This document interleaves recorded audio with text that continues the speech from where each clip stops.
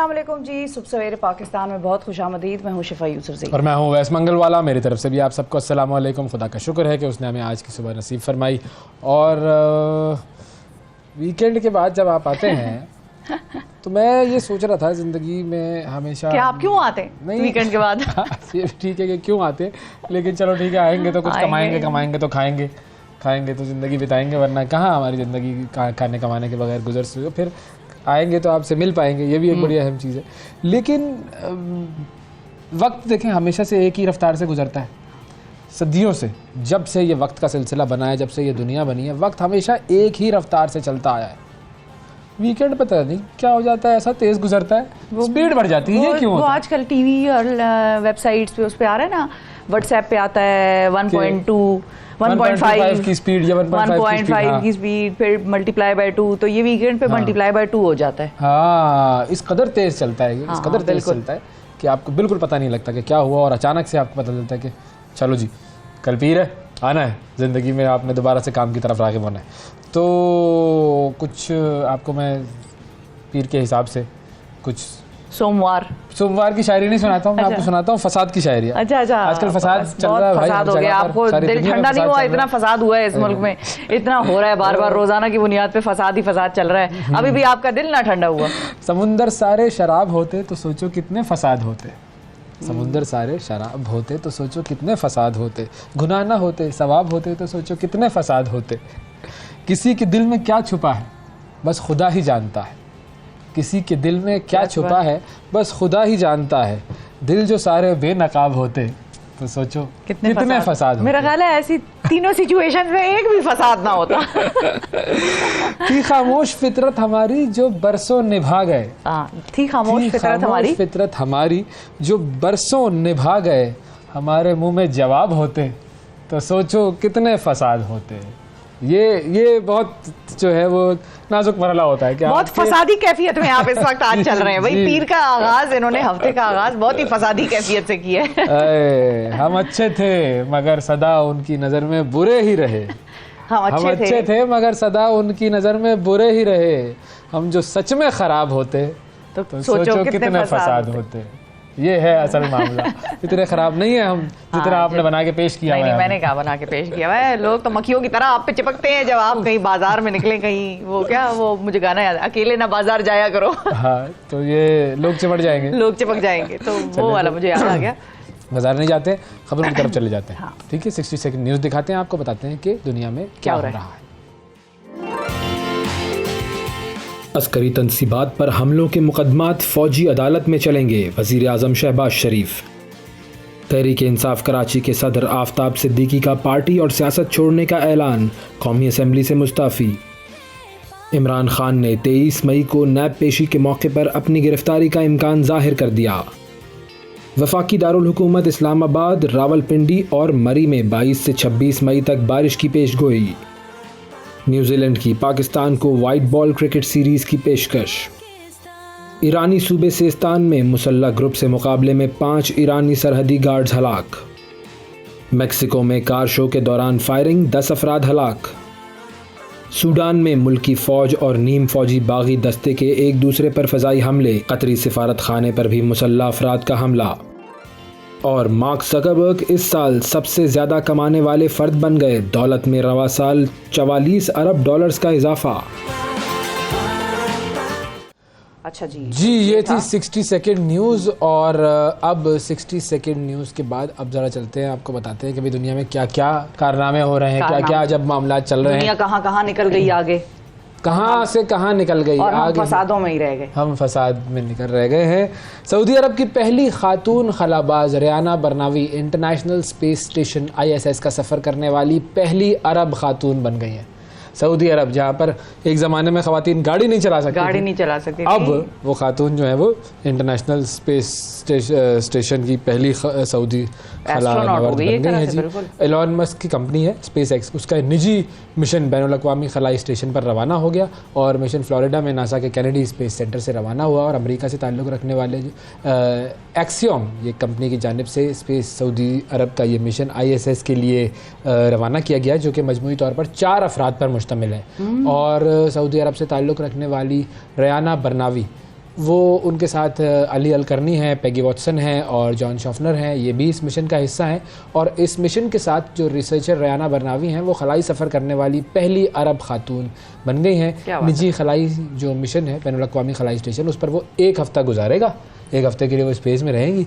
और इसका बेसिक मकसद क्या है, आप मकसद सुने। देखें इंसान की सोच और जो उसका जो इल्म है वो उससे क्या क्या करवा रहा होता है। इस मिशन का मकसद है इंसानी खलाई परवाज़ में सऊदी अरब की सलाहियतों को बढ़ाना, इंसानियत की खिदमत करना और खलाई सनत की तरफ से पेश करदा उम्मीद अफजा मौक़े जो है उनसे फ़ायदा उठाने के साथ साथ सेहत और खलाई टेक्नोलॉजी जैसे कई पहलुओं में साइंसी तहकीक में तावन करना है। रेयाना जो है बेसिकली रेयाना बरनावी 1988 में वो पैदा हुई थी जद्दा में और बायोमेडिकल साइंसेज में उन्होंने मास्टर्स किया। अब देखें आप स्पेस में जा रही हैं लेकिन बायोमेडिकल साइंस किया हुआ है उन्होंने। रिलेशनशिप क्या बनती है जी, 1 दहाई से वो बायोमेडिकल मुहक्किक के तौर पर स्टेम सेल्स पर काम कर रही हैं और ISS में भी वो जाकर स्टेम सेल्स पर तहकीक करेंगी। मजमूई तौर पर ये 14 तजर्बात करेंगे स्टेम सेल्स से रिलेटेड और उसमें ये शामिल होंगी जी। तो उधर किस चीज़ पे स्टेम सेल करेंगे, किसका स्टेम? पूछिएगा रेयाना से, स्टेम सेल्स वहाँ लेकर जाएंगे, उसके ऊपर तजर्बा होगा कि मतलब कोई इंसान है, पौधा है, जानवर है, कोई जानदार चीज़ है तो फिर तो उसके स्टेम्स का समझ में आता है। लेकिन हो सकता है स्टेम सेल्स लेकर जाएंगे प्रिजर्व करके, फिर उसके बाद खला में उसका बिहेवियर देखेंगे। ये देखें ना, इंसान है भाई, इंसान कहाँ तक पहुँच जाता है, ये है उसका कमाल। क्या बात है, सही भाई सही। लेकिन मैं आपको ये भी बताऊं कि सऊदी ख़वातीन जो हैं वो उन्होंने ठान ली है और वो तो आगे से और आगे और से फिर और आगे की जो उनकी एक जर्नी है उस पर वो गामजन है। और आपको ज़रा एक और मैं खातून का बताऊं कि जब से सऊदी अरब का जो इक़्तिदार वो अमली तौर पर शहज़ादा मोहम्मद बिन सलमान के हाथ आया है, उस मुल्क में मतलब एक हैरत अंगेज़ तब्दीली जो है वो आई है, तब्दीलियाँ बल्कि वो आई हैं। और इन तब्दीलियों का ज़्यादातर फोकस जो है वो जदीद उलूम, एडवांसमेंट, जदीद शहरों की तामीर, इनकी तरफ टूरिज्म बिल्कुल।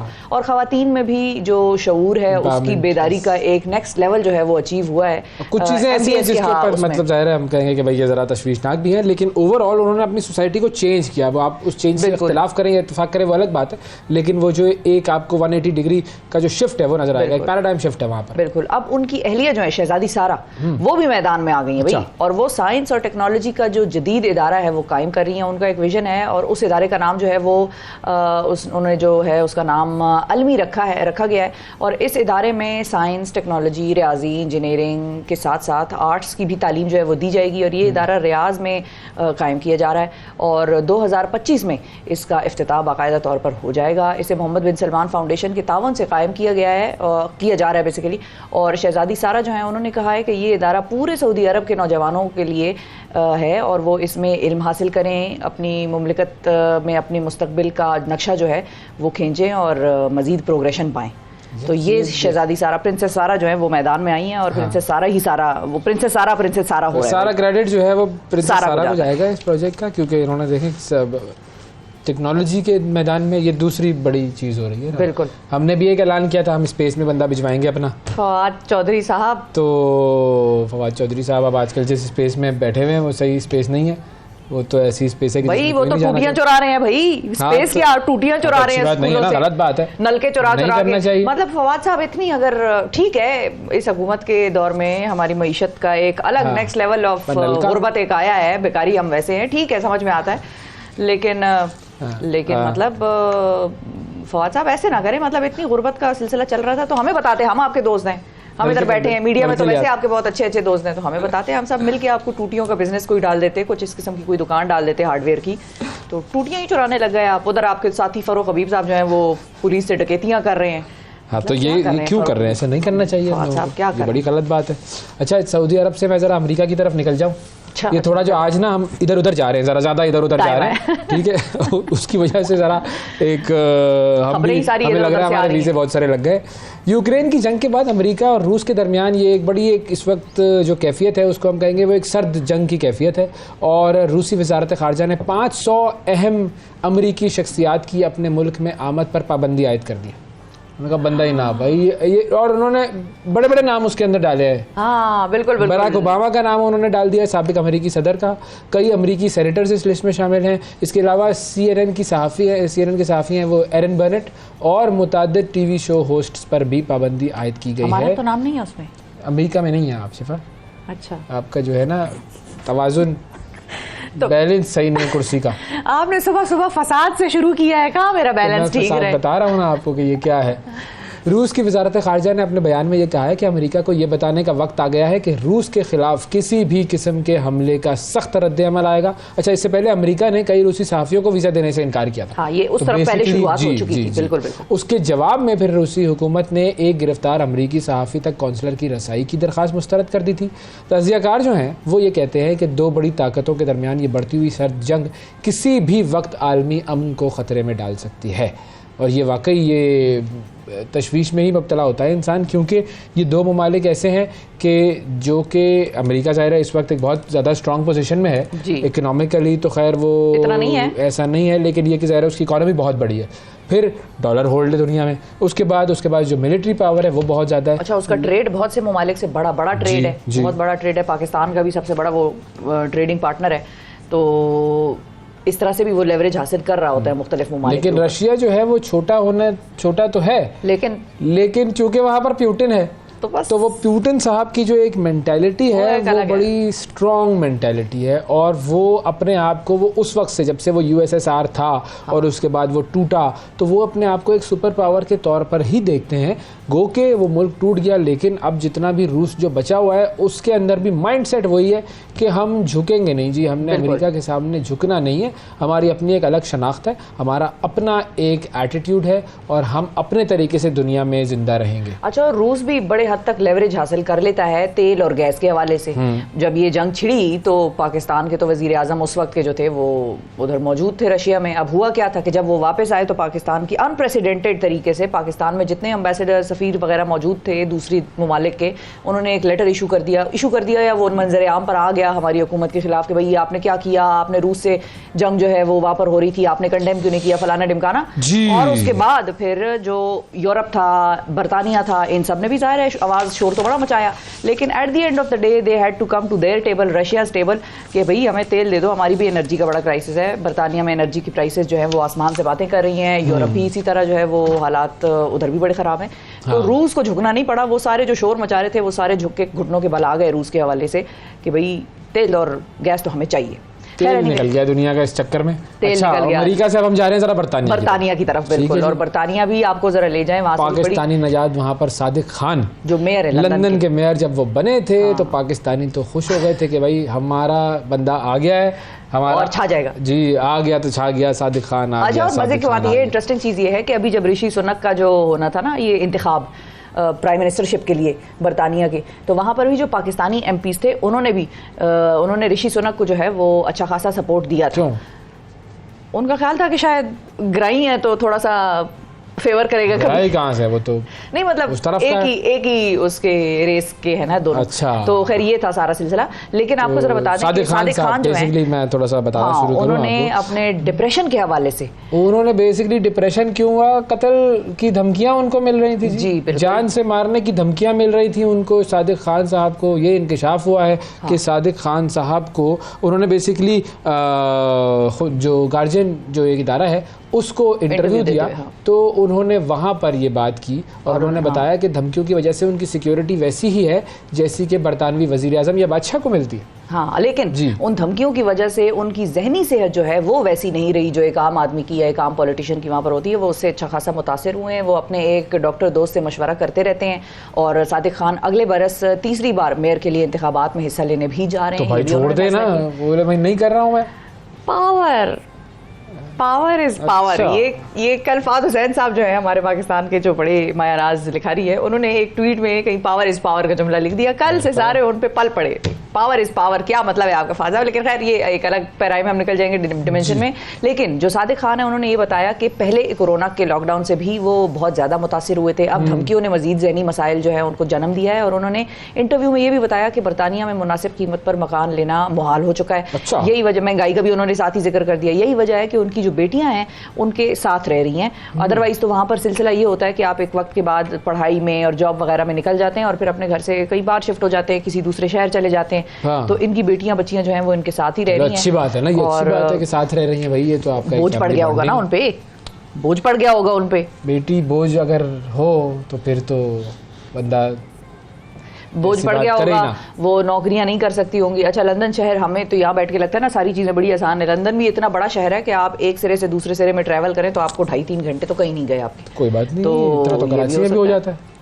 हाँ, तो ये हो सकता है कि उनके कोई मसाइल हों। इनको सादिक खान साहब को मेरे साथ बैठने की ज़रूरत है 15-20 मिनट, मैं इनको ज़रा काउंसलिंग दूं कि सर आप कैसे अपनी ज़िंदगी को बेहतर कर सकते हैं। बेहतर कर सकते हैं, क्योंकि ये अच्छे खासे मसाइल जो हैं वो उनकी ज़िंदगी पर असरअंदाज हो रहे हैं। बात करता हूँ, बिल्कुल ऐसी कोई बात नहीं है। सादिक खान साहब वीज़ा भिजवाएं, मैं आता हूँ फिर बात करता हूँ आपसे, आके बात करूँगा ना असल में तो। वो मेयर है वेस्ट लंदन के, हाँ, तो भिजवा उनको देंगे आपकी वीज़ा काउंसलिंग की कोई ज़रूरत नहीं है। वहाँ पे उनके पास बड़े बड़े मसले तो सॉल्व नहीं हो रहे ना उनके। हाँ, मसले सॉल्व नहीं हो तो रहे। मैं सॉल्व करूँगा जाके। सही है, ठीक है। पाकिस्तानी हर आदमी हर चीज़ सॉल्व कर सकता है। हाँ। सुबह सवेरे पाकिस्तान, सुबह सवेरे पाकिस्तान, सुबह सवेरे पाकिस्तान। वेलकम बैक जी। अब कुछ बात करते हैं पाकिस्तान में खेलों की। गुज़िश्ता हफ्ते हमने आपको मिलवाया था 2 प्लेयर्स से, बड़ी ज़बरदस्त स्क्वाश की बच्चियाँ जो थी, और मसाइल उनके ये थे कि भाई वो फंडिंग की वजह से बहुत सारे जो टूर्नामेंट्स हैं उनमें पार्टिसिपेट नहीं कर सकती। इसी तरह उससे पहले नूरैना शांस, पाकिस्तान की एक और बड़ी मायानाज स्क्वाश प्लेयर, उन्होंने भी अपनी ट्विटर के जरिए लोगों को ये बताया कि भाई उन्होंने अपना नाम एक टूर्नामेंट से विड्रॉ कर लिया है बिकॉज ऑफ इन्फ्लेशन। बिल्कुल। अब एक और मामला हमारे सामने आया है। गुज़िश्ता बरस अगस्त में कॉमनवेल्थ गेम्स में एक पाकिस्तानी एथलीट ने न सिर्फ तलाई तमगा जीता था बल्कि कॉमनवेल्थ गेम्स का नया रिकॉर्ड कायम किया था। 24 साला वेट लिफ्टर मोहम्मद नूह दस्तगीर बट थे, जिन्होंने मजमूई तौर पर 405 किलोग्राम वजन उठाकर सोने का तमगा हासिल किया। इस पर वज़ीर आज़म शहबाज शरीफ साहब ने उन्हें मुबारकबाद दी, दीगर रहनुमाओं ने भी मुसर्रत का इजहार किया था, पूरी कौम ने खुशी मनाई थी। अब यही नौजवान खिलाड़ी एक मुसीबत में है। नूह दस्तगीर के मुताबिक उन्हें 2024 में होने वाले एशियन गेम्स में शिरकत की इजाज़त नहीं दी जा रही है। उसके अलावा उन्हें पेरिस ओलंपिक्स में भी पाकिस्तान की नुमाइंदगी से महरूम किया जा रहा है और उन्होंने इस सारे मामले की वजाहत के लिए फिर सोशल मीडिया का सहारा लिया है। अवाम ने तो उनके साथ बड़ी हमदर्दी जताई है, लेकिन अभी तक उनकी फरियाद हुकूमती ऐवानों तक नहीं पहुँची। अब ये मामला है क्या, क्योंकि 2 बड़े बैनुल-अक़वामी टूर्नामेंट्स हैं, उनमें अगर आप शिरकत से महरूम कर दें तो बेसिकली हम उस खिलाड़ी को महरूम नहीं कर रहे, हम पाकिस्तान की मेडल लेने की अपॉर्चुनिटीज़ को ख़त्म कर रहे हैं। कॉमनवेल्थ गेम्स में तलाई तमगा जीतने वाले नूह दस्तगीर बट हमारे साथ मौजूद हैं, उनसे बात करते हैं। अस्सलाम वालेकुम। वालेकुम अस्सलाम। जी नूह साहब, ये बताइए कि ये मामला है क्या और क्यों आपको एशियन गेम्स और पेरिस ओलंपिक्स में हिस्सा लेने से रोका जा रहा है? देखिए, मामला कुछ ये कुछ ऐसे हैं कि ये तकरीबन 7-8 महीने से चल रहे हैं। पाकिस्तान स्पोर्ट्स बोर्ड और पाकिस्तान वेट लिफ्टिंग के दरमियान इख्तलाफात चल रहे हैं तकरीबन साल 1.5 से, और इसकी वजह इख्तलाफात की है कि हमारे कुछ पाकिस्तानी वेट लिफ्टर्स जो हैं इंटरनेशनली डोपिंग स्कैंडल में जो है इशू में आ गए थे, तो जिसकी वजह से जो ये पाकिस्तान स्पोर्ट्स बोर्ड है इन्होंने मतलब पाकिस्तान वेट लिफ्टिंग फेडरेशन को सस्पेंड कर दिया। तो जब कॉमनवेल्थ गेम्स में मैं पाकिस्तान के लिए गोल्ड मेडल हासिल किया, तब उसके बाद जो हमारे प्रेसिडेंट हाफिज इमरान भट्ट साहब हैं, उनके जो बेटे अरफान भट्ट साहब हैं, उन्होंने मुझे वहाँ पे रूम में आके कहा कि आप जो है पाकिस्तान स्पोर्ट्स बोर्ड के खिलाफ जो है एक बयान दो कि मतलब उस फेडरेशन को इन्होंने सस्पेंड किया जिसका मतलब प्लेयर जो है मेडल लेके आया पाकिस्तान के लिए। तो मैंने इस स्टेटमेंट को देने से इनकार कर दी, क्योंकि मैं जो हूँ सियासत का बिल्कुल भी हिस्सा नहीं बनना चाह रहा। मैंने उसको भी कहा था कि मैं बिल्कुल भी सियासत के अंदर इन्वॉल्व नहीं होना चाहता, ना ही पाकिस्तान स्पोर्ट्स बोर्ड की, ना ही पाकिस्तान वेट लिफ्टिंग फेडरेशन की। मेरा काम है स्पोर्ट्स करना और मुझे स्पोर्ट्स में ही रहने दिया जाए।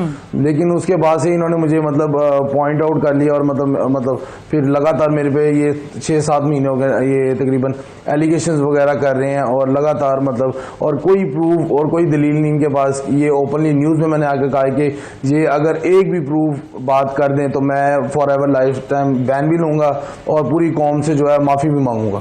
लेकिन ना कई एंकर्स हैं, कई जो डिफरेंट चैनल्स हैं, उन्होंने रब्ता करने की कोशिश की, लेकिन उन्होंने बिल्कुल भी कोई जो है रिस्पॉन्स नहीं दिया, ना ही उन्हें कोई जवाब दे रहे हैं और ना ही ओपनली आके ये कोई बात कर रहे हैं।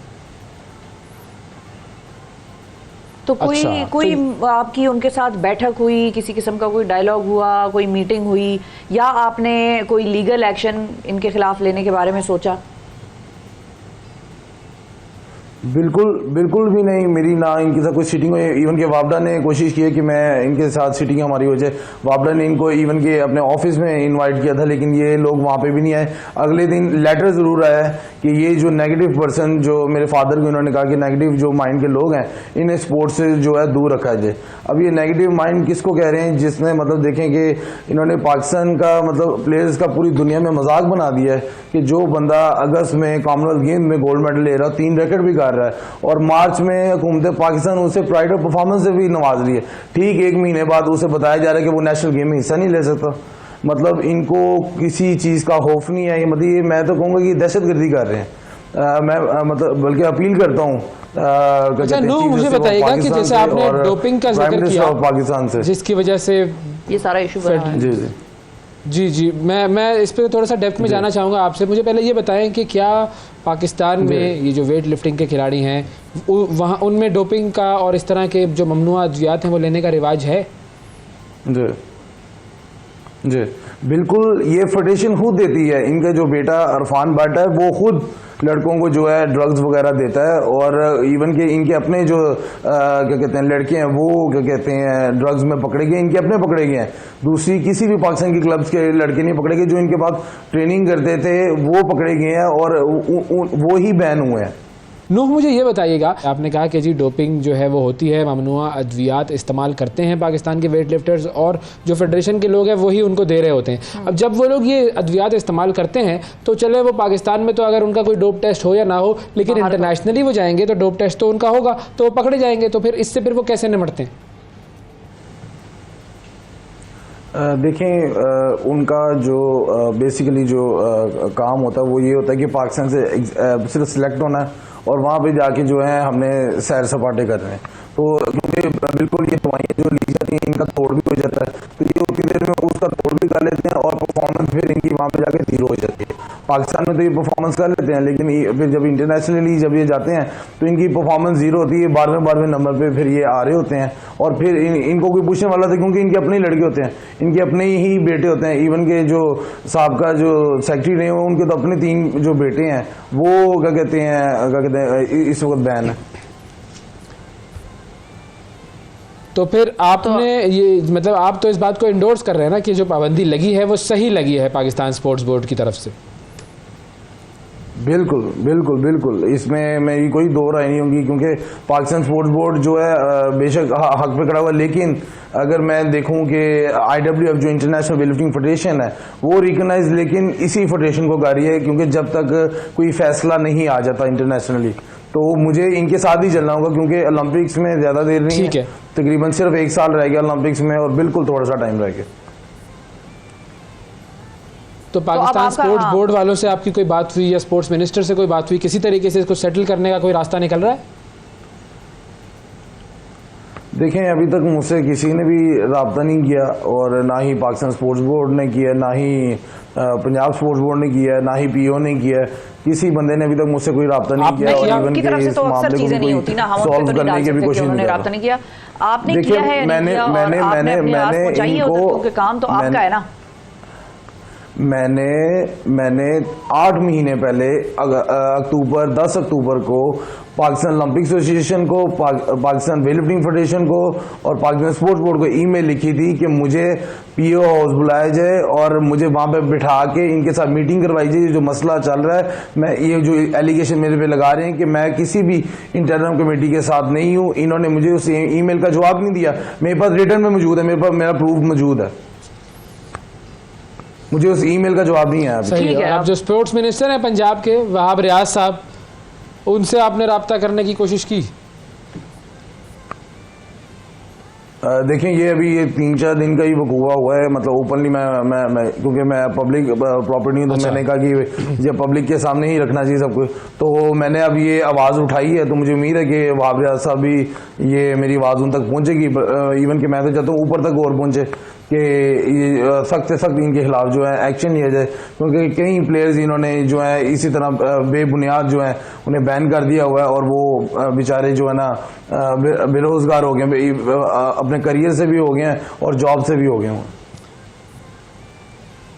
ठीक है, बहुत शुक्रिया अदा करेंगे। नू दस्तगीर भट्ट हमारे साथ मौजूद थे और हमारी कोशिश है कि किसी के साथ अगर कोई ज्यादती हो तो वो उसकी आवाज हम बने और आगे तक लेकर जाएं। अब इस मामले में क्योंकि कॉम्प्लिकेशन जरा ज्यादा है, दूसरी तरफ का मौका अभी हमारे प्रोग्राम में आया नहीं है, इसलिए हम हतमी तौर पर ये नहीं कह सकते कि नू के जो अंदाजे हैं या नू ने जितनी बातें की हैं वो सारी 100% ठीक हैं, लेकिन मामलात बहुत सारे हमारी फेडरेशन के भी ठीक नहीं है। पाकिस्तान का जो इंटरनेशनल प्लेयर है वो नहीं जा सकेगा। अब वो क्यों नहीं जा सकेगा इंटरनेशनल टूर्नामेंट्स में, इसके लिए स्पोर्ट्स मिनिस्ट्री को सामने आना चाहिए, उसको आगे बढ़कर इन मामलात को सॉल्व करना चाहिए, क्योंकि हमने पहले फुटबॉल के साथ भी यही मामला देखा। हमारे फुटबॉल फेडरेशन भी बैन हुई थी और उसके बाद फिर उनकी इंटरिम कमेटी बनी, वो आपस में लड़ते रहे, अभी तक वो मामलात पता नहीं कहाँ पहुंचे हुए हैं। लेकिन पाकिस्तान में अक्सर खेलों के साथ इसी तरह हो रहा है। अब वो सियासत है या शरारत है किसी की, ये क्या है, इसका खोज लगाना है हमारी जो मिनिस्ट्रीज हैं उनको।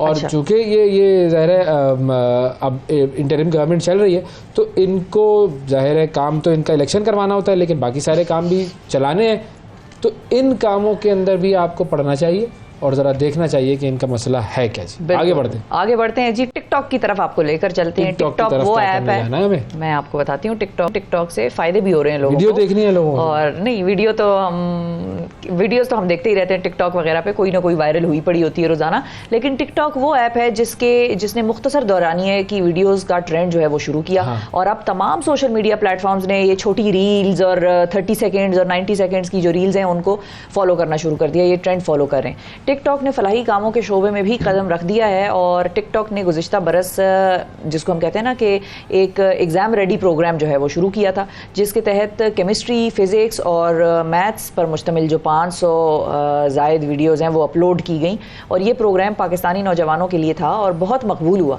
अब टिकटॉक ने सिंध एजुकेशन फाउंडेशन के साथ मिलकर एग्ज़ाम रेडी स्कॉलरशिप प्रोग्राम का जो है वो ऐलान कर दिया है, जिसके तहत सूबा सिंध के 10,000 तलबा को तालीम दी जा रही है और मतलब तालीम मजीद आगे बढ़ाने के लिए स्कॉलरशिप्स भी दिए जाएंगे। अच्छा, अब इस प्रोग्राम में टिकटॉक और सिंध एजुकेशन फाउंडेशन के साथ साथ एक स्टार्टअप है एडकासा, वो भी शामिल है। ज़ाहिर है एजुकेशन और टेक्नोलॉजी का ये कॉम्बिनेशन है और ये स्कॉलरशिप सिंध के उन तलबा और तालिबात को दिए जाएंगे जो कि माली वसाइल की कमी के बायस तालीम हासिल करने में दुश्वारी का सामना कर रहे हैं। एग्ज़ाम रेडी स्कॉलरशिप में तलबा को कितनी माली इमदाद दी जाएगी, इस प्रोग्राम के लिए जो मुस्तहिक तलबा हैं उनका इंतखाब कैसे होगा, क्राइटेरिया क्या है, इस हवाले से बात करेंगे डिजिटल ट्रांसफॉर्मेशन और स्ट्रैटेजी कंसल्टेंट अनम सादिक हमारे साथ। अस्सलाम वालेकुम अनम। वालेकुम सलाम, thank you for having me. आपका भी शुक्रिया कि आपने प्रोग्राम के लिए वक्त निकाला। तो हमें ज़रा बताएं ये स्कॉलरशिप क्या है, किन डोमेन्स में दी जा रहे हैं, तफसीलात तो बताइए ना ज़रा। बिल्कुल जी। सो हमने 2022 सितंबर में टिकटॉक के साथ काम करना शुरू किया। जैसे आप लोगों ने मेंशन किया, एग्जाम रेडी कैंपेन लॉन्च हुई जिसमें 500 वीडियोस हमने बनाई, मैथ्स, केमिस्ट्री, फिजिक्स, बायोलॉजी और मोर देन एनीथिंग जो स्टूडेंट्स को जहाँ पे परेशानी होती है, विच इज़ के मिस्टेक्स क्या कर रहे हैं वो एग्जाम्स में, एग्जाम के टिप्स एंड ट्रिक्स क्या हैं, हमने स्टूडेंट्स को वो सिखाया, वो पहुँचाया। इसमें एक और की पार्टनर है Lahore university of management sciences, जहाँ पे आला तालीम की बात हो, हाई क्वालिटी एजुकेशन की बात हो, वहाँ पे लम्स का नाम जरूर आता है जी। तो लम्स एक पार्टनर है हमारे साथ, एडकासा सारी वीडियोस बनाता है, लम्स फिर उसके ऊपर फीडबैक देता है और फिर हम वो टिकटॉक के प्लेटफॉर्म पे अपलोड करते हैं। तो ये सिलसिला शुरू हुआ, बहुत अच्छे उस पर रिस्पॉन्स आया, तकरीबन 665 मिलियन व्यूज़ हमें मिले इस कंटेंट के ऊपर एंड इंस्टेंटली वो एक फेवरेट हो गया स्टूडेंट्स में। 100 मिलियन वीडियोस बने इस हैशटैग के साथ। So that was very exciting for us and for TikTok. उन्होंने इसको बहुत आगे हमारी फर्दर पार्टनरशिप सीमेंट हुई और ये स्कॉलरशिप का प्रोग्राम शुरू हुआ। सो स्कॉलरशिप ये है कि एडकासा की ऐप जो 2 साल पहले हमने लॉन्च की, उस पर 500,000 डाउनलोड्स तकरीबन हैं इस वक्त। उस पर हम high school students 9th, 10th, 11th, 12th Pakistan के जो मैट्रिक और इंटर के सारे स्टूडेंट्स हैं, जो सारे बोर्ड्स हैं, वो एडकासा की ऐप पर आ सकते हैं और उसमें हमने साइंसेस के सारे जो कॉन्सेप्ट्स हैं वो एक्सप्लेन किए हैं। जैसे कि कराची बोर्ड से आता है तो उसका पूरा करिकुलम जो उसको नज़र आता है एडकासा की ऐप पे, वो उसको अपने हिसाब से नज़र आता है वर्सेस कि कोई लाहौर बोर्ड से आए या कोई बलूचिस्तान के किसी बोर्ड से आए। तो स्टूडेंट्स जब आते हैं एडकासा की ऐप पे, वो स्कॉलरशिप के लिए अप्लाई कर सकते हैं जिससे उनको पूरा का पूरा उनका जो निसाब, जो पूरा करिकुलम है उनको मिल जाता है, जिससे वो अपनी एग्जाम की तैयारी कर पाते हैं। सो ये सॉर्ट ऑफ मुख्तसर सा ब्रीफ है ऑन द स्कॉलरशिप्स। तो अनम, जो टिकटॉक वीडियोस हैं जिसमें कि हमने केमिस्ट्री, फिजिक्स और मैथ्स की पढ़ाई के हवाले से टिकटॉक की वीडियोस का भी जिक्र किया, तो वो वीडियोस तो बड़ी छोटी नहीं होती होंगी टिकटॉक पे? मतलब 1 मिनट में कैसे कोई बच्चा थ्योरम सीखेगा? या 30 सेकंड की वीडियो है, तो ये ज़रा एक्सप्लेन करें कि वो वीडियोस किस नौइयत की थी, किस तरह से बनती थी, कौन बनाता था और मतलब कितने सीखते कैसे थे लोग उससे? बिल्कुल बिल्कुल जी, देखिए मैं तो एक एजुकेटर हूँ, मैं एजुकेशन पॉलिसी हेड करती हूँ एडकासा में। So as an educator, even LUMS के जो यूनिवर्सिटी लोग थे, हम सब बैठे, हमने कहा कैसे करें हम ये काम जो एग्जैक्टली आप बात करी है कि इतना शॉर्ट वीडियो फॉर्मेट के अंदर हम कैसे इसको एक पूरे कॉन्सेप्ट को एक्सप्लेन करें। तो इसके पीछे पूरी एक साइंस है, पूरी एक एजुकेशनल की साइकोलॉजी है। हमने बैठ के सारे लर्निंग ऑब्जेक्टिव्स मैप किए, एक वीडियो के अंदर इतनी डिटेल में काम हुआ है कि मैं आपको क्या बताऊँ। उसमें हमने जो I think the secret sauce was कि हमने लर्निंग ऑब्जेक्टिव जो हम सिखाना चाह रहे थे उसको बहुत सिंप्लीफाई किया कि हम एग्जैक्टली एक वीडियो में एक बात करें और उसको बहुत रिलेटेबल बनाया स्टूडेंट्स के लिए। अब जैसे फोर्सेस हैं फिजिक्स के अंदर, उसमें हम गए जॉयलैंड पर, ठीक है, हमने वहाँ पे पायलट बोर्ड पे बैठ के बच्चों को समझाया कि जब पायलट बोर्ड ऊपर जाती है तो कौन सा फोर्स है, पायलट बोर्ड नीचे जाती है तो कौन सा फोर्स है। सो वो बहुत एक इंटरटेनिंग तरीके से ठोस कॉन्सेप्ट हमने एक्सप्लेन कराया ताकि उनके माइंड में बात बैठ जाए।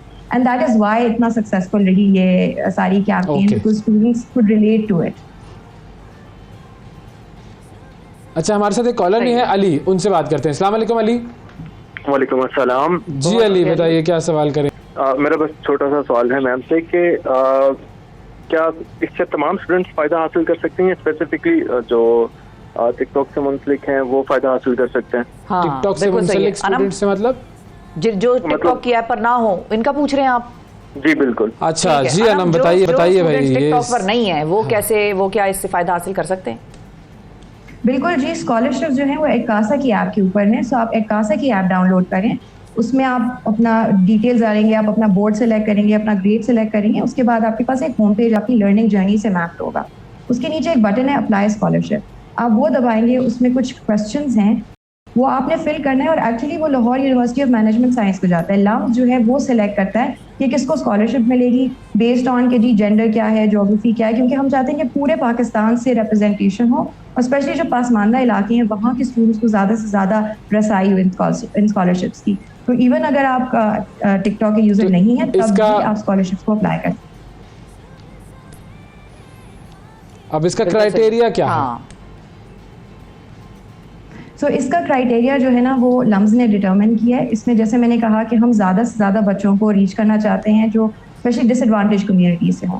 सो इसमें एक जोग्राफिकल स्प्रेड है, हम इवनली स्प्रेड करते हैं कि जी जैसे सिंध है उसमें भी अक्रॉस सिंध हमें सिर्फ मिले स्कॉलरशिप्स, ये नहीं कि सिर्फ अर्बन सेंटर्स के अंदर कॉन्सेंट्रेटेड हो कि सारी स्कॉलरशिप्स कराची में चली जाएँ या लाहौर में चली जाएँ। इसके अलावा जेंडर का एक बहुत बड़ा लेंस है इसके अंदर, क्योंकि अक्सर हम देखते हैं कि हाई स्कूल्स जो हैं वो लड़कियों के कम हैं, जो गवर्नमेंट हाई स्कूल्स हैं, और जो लड़कों के हैं वो ज़्यादा हैं। सो जनरली लड़कियां पीछे रह जाती हैं जब हम हायर एजुकेशन की तरफ जाते हैं। तो उसमें लड़कियों का भी एक एंगल है कि ज़्यादा से ज़्यादा लड़कियां फैसिलिटेट हों, और इस तरह इनकम के ऊपर भी वो हैं जो क्वेश्चंस हैं रिलेटेड टू द स्कॉलरशिप। मगर इसका सबका इंतखाब जो है वो Lahore university of management science करता है और वो सेलेक्ट करता है कि कौन से स्टूडेंट को स्कॉलरशिप मिलेगी, अवार्ड होगी। और टोटल अमाउंट इसका क्या है स्कॉलरशिप का, और कौन सी डोमेन्स में देते हैं ये स्कॉलरशिप्स? सो स्कॉलरशिप्स एडकासा की ऐप के ऊपर है, तो आपको एडकासा का जो एग्ज़ाम पैक है जिससे आप अपनी एग्ज़ाम की पूरी तैयारी कर सकते हैं अपने साइंस के सब्जेक्ट से रिलेटेड, आपको वो मिलता है। तकरीबन 1 साल के लिए आपको एडकासा की ऐप का एक्सेस मिल जाता है।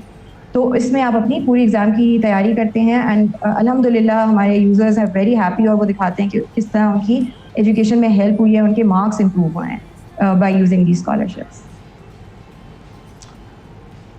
हसीबा साहिबा हैं हमारे साथ गिलगित से, एक और कॉलर है, उनसे भी बात करते हैं। अस्सलाम वालेकुम हसीबा। वालेकुम सलाम जी, क्या हाल है? ठीक है, बिल्कुल ठीक है जी, जबरदस्त। देखें आपका क्या सवाल है? जी मेरा सवाल ये है कि ये स्कॉलरशिप सिर्फ सिंध वालों के लिए कि गिलगित वालों के लिए भी है? हाँ, अभी तो ये सिंध वालों के लिए है मेरे ख्याल में। जी बताइए अनम, गिलगित वाले क्या करें? वाले भी अप्लाई करें, बिल्कुल अप्लाई करें। गिलगित वाले भी, आप लोगों को भी हम एब्सोल्यूट प्रेफर करते हैं। टिकटॉक की यही ख्वाहिश थी कि ये ज़्यादा से ज़्यादा एरियाज़ में पहुंचे, तो आप एब्सोल्युटली अप्लाई कर सकती हैं। आप वेबसाइट पर जाएं एडकासा की, या ऐप डाउनलोड करें और उस पर अप्लाई स्कॉलरशिप का बटन प्रेस करें। आपका बोर्ड भी अवेलेबल है ऐप के ऊपर, और इंशाल्लाह आप। तो ये फिर सिंध के लिए ही क्यों ऐलान हो रहा है खास तौर पर कि ये सिंध के लिए है? क्योंकि जहाँ पर भी न्यूज़ रिपोर्ट हो रही है वो तो ये हो रही है कि ये सिंध के लिए है स्कॉलरशिप्स, क्या ऐसा नहीं है? क्या ये पूरे पाकिस्तान के लिए है?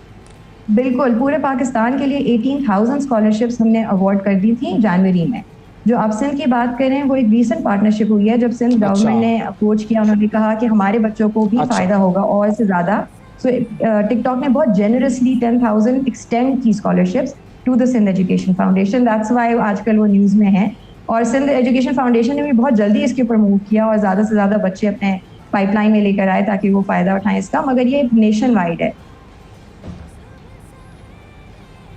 ओके चलें जी, बहुत ज़बरदस्त इनिशिएटिव है, नेशन वाइड स्कॉलरशिप्स हैं और अब वालिदैन जो है चले उन्हें किसी तरीके से थोड़ी बहुत तो तसल्ली रहेगी कि हमारे बच्चे जब मोबाइल इस्तेमाल कर रहे हैं तो वो पढ़ रहे हैं, लेकिन ये इधर उधर होने का इसमें चांस बड़ा होता है कि वो पढ़ाई के साथ साथ इधर उधर निकल जाए ज़रा। लेकिन जो सीरियस स्टूडेंट्स होते हैं वो अपनी पढ़ाई को सीरियसली लेते हैं और उनके सामने फिर इस तरह की अगर कोई डिस्ट्रैक्शंस भी आती हैं तो वो डिस्ट्रैक्शंस को दूर रखते हैं। थैंक यू, बहुत शुक्रिया अनम, आपने वक्त निकाला। और इसी तरीके से पाकिस्तान की तालीम के ऊपर हमने काम करना है और तालीम याफ्ता बच्चे बनाने हैं। जो हमारी 60% जो नौजवानों का जो एक पॉपुलेशन है उसको हमें सही तालीम की तरफ लगाना है जी। अच्छा जी, तो ये तो हो गई जी टिकटॉक की बात जी। और टिकटॉक के बाद अब जरा कुछ खबरों की तरफ वापस चलते हैं। हाँ, थोड़ा सा वो जो मैंने आपको कहा था ना वीडियो दिखानी है, वो वीडियो ये थी कि जाहिर है अभी गर्मियां शुरू होंगी और वो शादियों का जो बेहतरीन वाला सीजन था वो तो ज़रा ऑफ सा हो रहा है क्योंकि सख्त गर्मियों में लोग शादियां ज़्यादा प्रेफर नहीं करते। लेकिन एक शादी की वीडियो सामने आई है जिसमें गर्मियों में क्यों शादियां पसंद नहीं करते? मेकअप उतर जाता है ख्वातीन का, खर्चे बहुत होते हैं, आपका मेहमानों को ठहराने का एसी वगैरह का सारा सिलसिला है, हॉल्स के ये एसी के भी अब तो मैंने सुना है कि चार्जेस जो हैं वो हॉल्स चार्ज कर रहे हैं लोगों को और करते हैं हमेशा से। लेकिन ये है कि वो मेहमानों को ठहराना, आपके घरों में ठहरना, एसी सारे कमरों में लगना और एसी एक कमरे में लगना बड़ा डिफरेंस है। बड़े बड़े लोगों की बात हो रही है सही है भाई, बाहर से मेहमान आते हैं ठहरते हैं, ये हमारे यहाँ तो हमको बुला लेते हैं भाई आ जाओ और वापस चले जाओ, बस शादी हो गई है। वो कम्युनिटी छोटी होगी, फिर आपकी कम्युनिटी बड़ी भी हो तो हम बैरून मुल्क से और इधर उधर दूसरे शहरों से तो आ सकते हैं, वैसा इतना भी क्या, ऐसी भी अब गुर्बत का आलम नहीं होता लोगों पे, नहीं रिश्तेदार नहीं है ना हमारे दूसरे शहरों में, ये कह रहा हूँ। तो कम्युनिटी छोटी की तरफ हम जो है वो कराची में ही है। हाँ, तो वो कराची तो वैसे दूर भी इतना है कि यहाँ से लोग जाते हैं सलामी भेज देते होंगे, यार ये ले लो। तो अब हुआ क्या शादी के हवाले से, आप क्या बताना चाह रही हैं कौम को, क्या सिखाना शादी के हवाले से मैं ये बताना चाह रही हूँ कि सोशल मीडिया पर एक जबरदस्त वीडियो वायरल है, जरा वीडियो चला दें तो हम उस पर कमेंट्री करके लोगों को बता देंगे कि वो वीडियो जो है वो ये है कि आपने देखा मनी हाइस्ट जो है उसके यूनिफॉर्म, उसके जो कॉस्ट्यूम है उसमें एक बंदा दौड़ा दौड़ा आता है स्टेज की तरफ और दूल्हे की जूता छुपाई करके जो है वो ले उड़ता है। जूता हाइस्ट हो गई है, जूता हाइस्ट हो गई है। और ये कहा ये जा रहा है वीडियो में कि मतलब सोशल मीडिया प्लेटफॉर्म्स पे कि ये दुल्हन का भाई है। अच्छा। और दुल्हन के भाई ने जो है फैसला ये किया कि मैंने दूल्हे का जूता छुपाना है और मनी हाइस्ट के उसने पहना हुआ है कॉस्ट्यूम और ये देखें ये उसने जूते ले उड़ा, नाच भी रहा है बाद में और बिल्कुल डांस फ्लोर के दरमियान में आके जो है वो जूता चुराने के बाद नाच रहा है, एक्साइटमेंट, ये देखें जूते हिला हिला के, ये दिखा के एक रस्म है वैसे ये जूता छुपाई की। खामखा आपने किसी शख्स को तंग करना है, स्क्रिप्ट लगा दें हमारे पास जो हमारे प्रॉम्प्टर वाले भाई, तो बस। अच्छा, अब जो जूता है उसको छुपाने के पीछे लॉजिक क्या है, पहले तो मुझे ये बताओ। हर चीज़ की जिंदगी में दुनिया में लॉजिक नहीं होती है, इलॉजिकल एक्ट है यानी कि। बिल्कुल, पाकिस्तान में तो वैसे चीज़ों की लॉजिक अपना ही ढूंढे, आपकी अपनी जितनी लॉजिक बची है बाकी मानना उससे भी आप जाएंगे। अच्छा लेकिन जूता छुपा के आप उससे पैसे ले रहे हैं। हाँ। वो बेचारा गरीब, उस बेचारे ने शादी की है, उसकी शादी का वैसे बड़ा नाच रहा है, खर्चा बहुत बढ़ गया है। अब आप जूते छुपाकर उससे 500,000 रुपये मजीद निकलवा रहे हैं। नहीं 500,000 तो नहीं, ज़्यादा ही निकलवाते होंगे। ज़्यादा निकलवाते हैं कुछ लोग, दूल्हों ने जो है सेटलमेंट की होती है, आउट ऑफ कोर्ट सेटलमेंट। हाँ, वो ऐसी होती है कि भाई मैं आप लोगों को सबको खाने पे ले जाऊंगा, सारे कजन्स को, फ्रेंड्स को, सबको खाने शाने पे हम ले जाऊंगा। तो इस किस्म का हमारे एक दोस्त ने कमाल काम किया था। वो क्या? उसने ये किया था कि उसने दूसरी एक जोड़ी साथ रख ली थी जूतों की। उसने कहा ये वाली ले जा रहे हो, ले जाओ, कोई मसला नहीं, मेरे पास दूसरी है, दूसरी पहन के वो चला गया। ये होता है स्ट्रेटजी का काम। बिल्कुल, उसने उन लोगों की सारी जो एक्टिविटी थी वो बर्बाद कर दी। करते रहो जो करना है, खराब कर दी, प्लान फ्लॉप करते रहो जो करना है, कोई मसला नहीं है। साढ़े को जूते बहुत जूते हैं। तो बहरहाल ये तो खैर जूते की बात थी, लेकिन शादियों की जो बात है ना, वो एक अहम बात जो मैं करना चाहूँगा वो ये कि अभी जैसे पाकिस्तान के जो मायनाज साबिक क्रिकेटर सकलैन मुश्ताक, उन्होंने जनवरी में अपनी बेटी की शादी की थी। पाकिस्तान के बड़े ज़बरदस्त मारूफ ऑलराउंडर हैं शादाब वाइस कैप्टन है हमारे शादाब से। अब शादाब खान से की थी उन्होंने हाल ही में एक इंटरव्यू दिया और शादाब खान को कुछ नसीहतें की हैं। नसीहतें बड़ी अहम है। नसीहतें क्यों की अचानक सकलैन भाई ने कोई अपने दामाद को? इसके इधर उधर ना निकल जाए आप प्लीज, अल्लाह का वास्ता है, खुदा का वास्ता है, इधर उधर ना निकले। एक ससुर जो होता है वो भी बाप की जगह होता है, तो वो अगर नसीहत कर रहा है तो अच्छी बात है। आती हूँ आप और वो नसीहतें ऐसी है कि सबको सुननी चाहिए। खूब मेहनत करो और जब तक आप अच्छे इंसान नहीं होंगे, अच्छा इंसान बनने की तरफ तरगीब दी है इन्होंने। और ये बड़ी अच्छी बात है, बड़ी पॉजिटिव बात है। और सकलैन मुश्ताक साहब जो है वो वैसे ही उनके अंदर एक बड़ा पॉजिटिव पर्सनालिटी है उनकी, तो सारे जो दामाद हैं वो ये नसीहत। मेरा सवाल ये है कि ये दामादों के लिए ही क्यों है? अच्छा इंसान तो औरतों ने भी बनना है, बेटियों ने भी बनना है, माओं ने भी बनना है। क्या खवातीन अच्छी इंसान होती है, मर्द नहीं होते? और दूसरी चीज जो मैं कहती थी ना कि क्यों ये दामाद को अपने नसीहत कर रहे हैं, क्योंकि हमारे यहाँ जो हम फोकस्ड हैं प्रॉब्लम्स पे वो है बहू और सास। अच्छा। ड्रामा में भी बहू और सास, फिल्म में भी बहू और सास, लड़ाई झगड़े बहू और सास। हम ये चीज भूल गए हैं कि दामाद भी कोई बड़े आइडियल नहीं होते, और दामाद और ससुर का रिलेशनशिप भी पाकिस्तान में हमेशा हर घर में बड़ा आइडियल नहीं होता। मैं अल्लाह ये तो नहीं कह रही कि इनका ज्यादातर तो, क्योंकि वो सास और जो बहू है वो एक घर में रह रहे होते हैं ना, घर में रह रहे होते हैं। दामाद की तो अलग ही आओ भगत होती है, दामाद को तो नहीं, इज्जत वो ज्यादा करवाता भी है। दामाद नाराज भी बहुत हो जाते हैं, पानी उसको ठंडा ग्लास ना साली ला के दे तो दामादों का रंग जो है वो मुंह का बदल जाता है, चेहरे का। तो ये हमारे करना चाहिए, मुझे ये बताओ। तो आप नहीं करते, इसका ये मतलब नहीं है कहीं और नहीं होता। और दामादों की तो खैर, दामादों के भी बड़े नखरे होते हैं, दामाद बड़े बदतमीज किस्म के भी होते हैं। सिर्फ बहुएं नहीं है ये इस कैटेगरी में फॉल करती। और कभी दामाद और ससुर के या ससुरालियों के रिलेशनशिप पे अलग बात होगी। हमेशा मजाक ये जो बनता है ना कि ईद के दूसरे दिन बेगम को जाना है तो दामाद का या तो पेट में दर्द हो जाता है या कमर में दर्द हो जाता है या उसको बुखार चढ़ जाता है, अब ससुराल जाना है। तो क्यों वो ससुराल जाना इतना मुहाल हो जाता है? वो इसलिए हो जाता है कि रिलेशनशिप ठीक नहीं होते। अल्लाह आपकी सहेलियों के रिलेशनशिप ठीक करे ताकि ज़ाहिर है वो मामला सही हो। बहरहाल ये तो थी हमारे जो साबिक क्रिकेटर सकलैन मुश्ताक साहब की कुछ बात। अब ज़रा एक आपको और साहब का भी बता दूं, जिनकी सालगिरह है आज। बता दूं भाई? बता दें। अच्छा अभी नहीं बता रहा, सरप्राइज रखें, बड़े खास शख्स की सालगिरह है आज और उनको हमने सालगिरह की मुबारकबाद भी देनी है। लेकिन पहले ब्रेक पे जाएंगे, वापस आएंगे, फिर आपसे मज़ीद बातें करेंगे। सुबह सवेरे पाकिस्तान, सुबह सवेरे पाकिस्तान, सुबह सवेरे पाकिस्तान।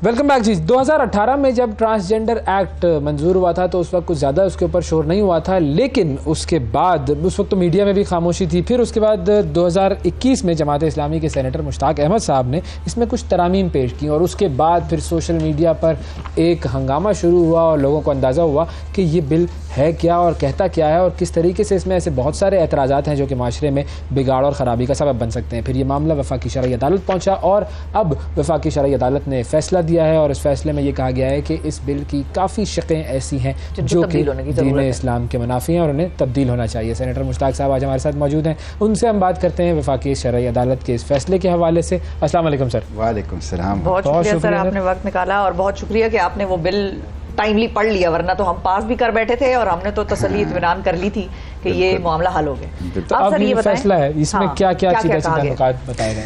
बिस्मिल्लाह। सबसे पहले तो मैं आपका भी शुक्रिया अदा करता हूँ, इसलिए कि उस वक्त जब ये इशू बहुत ज़्यादा पीक पर था और एक मुतनाज़ा बनाने की कोशिश की जा रही थी, उस वक्त आप लोगों ने मुझे यहाँ पे बुला के मुझे एक्सप्लेन करने का मौका दिया और एक बहुत अच्छे अंदाज से उसके दोनों एस्पेक्ट्स जो हैं वो सामने आए। तो मैं आपका भी शुक्रिया, आप लोगों का भी कंट्रीब्यूशन है इसमें। दूसरा, मैं फेडरल शरीयत कोर्ट को बिलखसूस डॉक्टर अनवर शाह साहब जो एक्टिंग चीफ जस्टिस थे, रिटायर हो गए, उनका भी शुक्रिया अदा करता हूँ। उन्होंने तकरीबन 2 साल से ज़ायद अरसे तक बड़ी तफसील से इनको सुना, हुकूमत को भी, पिटिशनर्स को भी, मुखालिफ पार्टियों को भी, डॉक्टर्स को भी, वकला को भी, NGOs को भी, इंटरसेक्स तबके को भी और सबको। और उसके बाद उन्होंने बहुत अच्छा एक फ़ैसला दिया है। देखिए, बुनियादी तौर पर वही बातें जो हमने उस प्रोग्राम में की थी उसी को मैंने यहाँ भी मौजू बनाया था और पार्लियामेंट में भी। पार्लियामेंट पे तो मैं बाद में आऊँगा। शरीयत कोर्ट के फ़ैसले में बुनियादी तौर पर बिल्कुल सादा अल्फाज में जो बातें की गई है, नंबर 1, शरीयत कोर्ट ने कहा है कि इस जो ट्रांसजेंडर एक्ट है इसका जो 2F है वो खिलाफी शरीयत है। 2F में ये जेंडर आइडेंटिटी बताई गई है कि जेंडर आइडेंटिटी का मतलब ये होगा कि ये बायोलॉजिकल साख्त पर नहीं बल्कि इनर मोस्ट फीलिंग पर होगा, अंदरूनी बातिनी एहसास। तो फेडरल शरीयत कोर्ट ने कहा कि नहीं, ये खिलाफी शरीयत। दूसरा, उन्होंने कहा है कि 2 and 3 ये खिलाफी शरीयत है। 2 and 3 क्या है? 2 and 3 ये है कि ट्रांसजेंडर पर्सन वो होगा जो पूरा मर्द और या पूरी औरत है लेकिन बायोलॉजिकली, लेकिन उनके जहन में ये ख्यालात आते हैं कि मेरी ये बायोलॉजी है, मैं वो नहीं हूँ, मैं इसके उलट हूँ। तो कहते ये ट्रांसजेंडर होगा, तो उन्होंने कहा कि ये भी गलत, खिलाफ शरीयत है। तीसरा फेडरल शरीयत कोर्ट ने यह कहा है कि सेक्शन 3 जिसमें सेल्फ परस्यूड जेंडर आइडेंटिटी, अपनी मर्जी की सिनफी शनाख्त इख्तियार करने की इजाज़त, हाँ। यानी एक बंदा मर्द है या औरत है, वो नादरा के पास जाए, उन्हें कहें कि मैं हूँ तो बायोलॉजिकली ये, लेकिन मैं फीलिंग ये है, इसलिए मेरी परसेप्शन के मुताबिक मुझे रिकॉग्नाइज किया जाए, तो वो उसके परसेप्शन के मुताबिक उसको CNIC ड्राइविंग लाइसेंस या पासपोर्ट या दूसरे जो शनाख्ती दस्तावेज़ात है वो जारी करेंगे। तो अदालत ने कहा कि ये भी खिलाफ शरीयत है। और चौथी और आखिरी बात जो अदालत ने की है वो ये है कि राइट टू इनहेरिट, कि इस लॉ के अंदर लिखा हुआ था कि एक बंदा अगर औरत है और उसको परसेप्शन उसकी ये है कि मैं मर्द हूँ और उसे मर्द तस्लीम किया जाए, तो फिर उसको लॉ में लिखा हुआ है कि उसको मर्द का हक विरासत मिलेगा। हाँ। अब ये कुरानिक लॉ है, लॉ ऑफ इनहेरिटेंस जो है वो कुरानिक लॉ है, तो उन्होंने कहा ये भी खिलाफ शरीयत है। तो मोटी मोटी ये 4 चीज़ें हैं और मैं समझता हूँ कि ये बहुत बड़ी चीज़ है। जेंडर आइडेंटिटी, ट्रांसजेंडर की definition, self perceived gender identity की रिकग्निशन और उसके साथ साथ जो राइट टू इनहेरिट, जिसके नतीजे में कुरान की जो लॉ ऑफ इनहेरिटेंस है उसकी खिलाफ वर्जी हो रही थी, तो सबको उन्होंने खिलाफ शरीयत। अच्छा, ये तो चले, आपने एक बहुत इम्पॉर्टेंट बात की कि अगर कोई मर्द है उसने अपने आप को औरत कर लिया तो उसको फिर औरत का हिस्सा मिलेगा। कोई ऐसा करेगा नहीं कभी भी, क्योंकि औरत का हिस्सा तो कम होता है हमेशा। लोग औरत जो है वो मर्द अपने आप को डिक्लेयर करके ज़्यादा हिस्सा ले लेगी। नहीं, वो हिस्से की बात नहीं है, असल चीज़ है कि कुरान के एक कानून है जी,